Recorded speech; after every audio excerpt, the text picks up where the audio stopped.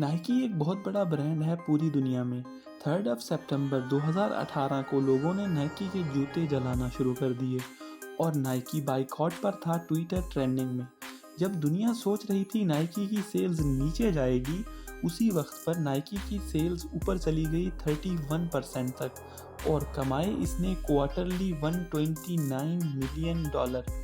जब ये खबर आई तो नाइकी की जो स्टॉक प्राइस है वो 36% तक ऊपर गई और नाइकी ने मार्केट कैपिटल में गेन किया $6 बिलियन का।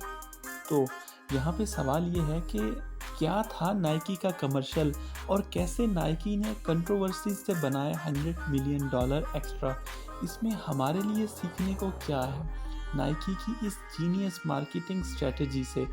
3 सितंबर को एक कमर्शियल किया जो खुद कॉलिन कैपर्निक ने किया और कुछ ही घंटों के बाद ये कमर्शियल हर सोशल मीडिया प्लेटफॉर्म पर ट्रेंड करने लगा और कुछ ही टाइम के बाद 2.7 मिलियन पोस्ट्स रेफर हुई नाइकी के ब्रांड पर। इसने सोशल मीडिया में बहुत इश्तियाल दिलाया लोगों ने नाइकी के जूते जलाना शुरू कर दिए। और जब ये कमर्शियल एक नोबल पर्पस के लिए था तो क्यों लोगों ने नाइकी ब्रांड से नफरत करना शुरू कर दी।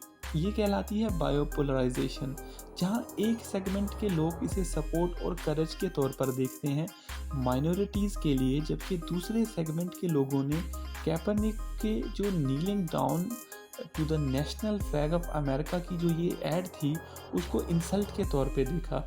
जब नाइकी सपोर्ट कर रही थी कॉलिन को तो नाइकी को एंटी नेशनल ब्रांड के तौर पर देखा जाने लगा। तो कुछ इस तरह इस सेगमेंट के लोगों से कि जो वो लोग थे जिन्होंने बाइकआउट करना शुरू कर दिया और नाइकी ट्विटर के ट्रेंड पर आ गया। इसके नतीजे में जब इसका एनालाइज किया गया तो जो बातें नाइकी से मुताल्लिक मार्केट में हो रही थी वो बिल्कुल गलत थी। तो according to the brand watch, ad के फ़ौरन लाइव जाने के बाद जो सेंटिमेंट रेशियो था नाइकी से मुतालिक वो 90% पॉजिटिव और 60% नेगेटिव था और ऑनलाइन कन्वर्सेशन जो हुई वो 72% पॉजिटिव थी और 65% नेगेटिव। ये असर था इस ड्रीम कमर्शियल कैंपेन का।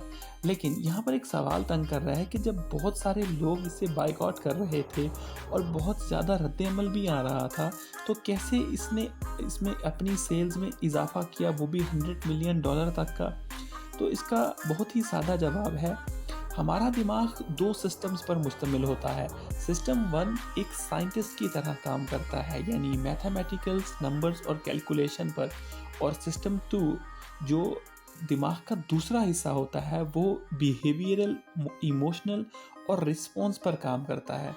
और लोग वो नहीं खरीदते जो आप सेल कर रहे होते हो, बल्कि वो खरीदते हैं कि आप किस वजह से क्यों सेल कर रहे हो, यानी पर्पस क्या है आपके सेल करने का। और ठीक इसी तरह से नाइकी की ये जो कैंपेन थी एक पर्पस ड्रिवन कैंपेन थी जिसका मकसद था वकार यानी डिग्निटी, रिस्पेक्ट और सेफ्टी ब्लैक माइनॉरिटीज़ की यूएसए में। और जैसे ही इसको लोगों ने देखा तो ये मैसेज नाइकी का लोगों में गूंजना शुरू हो गया। इससे नाइकी ब्रांड के कस्टमर्स और लॉयल हुए ब्रांड से। अब नाइकी इनके लिए एक शू कंपनी नहीं था, बल्कि इससे कहीं ज़्यादा दूर था। ये उनकी राय की नुमाइंदगी कर रहा था और एक आइकॉन था जो उनकी डिग्निटी के लिए खड़ा है। इस वजह से बहुत सारे सेलिब्रिटीज़ ने नाइकी की कमर्शियल को अपने सोशल मीडिया प्लेटफॉर्म्स पर शेयर करना शुरू कर दिया। तो इस तरह इसने लीड किया extra ordinary level of brand perception, जिसने लीड किया सेल्स में मोर देन $100 मिलियन। ये बेसिकली बायोपोलराइजेशन की बाय प्रोडक्ट है। कुछ भी सेंसेशनल होता है उसको मीडिया कवर करती है और जब इसको मीडिया कवर करती है तो ये फिर सेंसेशनल बनता है। तो इस सब की वजह से मिला नाइकी को 163.5 मिलियन की वर्थ की मीडिया बस, और वो भी ज़ीरो कॉस्ट पर। इस तरह से नाइकी ने स्टैब्लिश किया एक बेंचमार्क वायरल मार्केटिंग के लिए, वो भी 21st सेंचुरी में, अपनी इस मार्केटिंग कैंपेन से जो कहलाती है नाइकी ड्रीम कमर्शियल कैंपेन।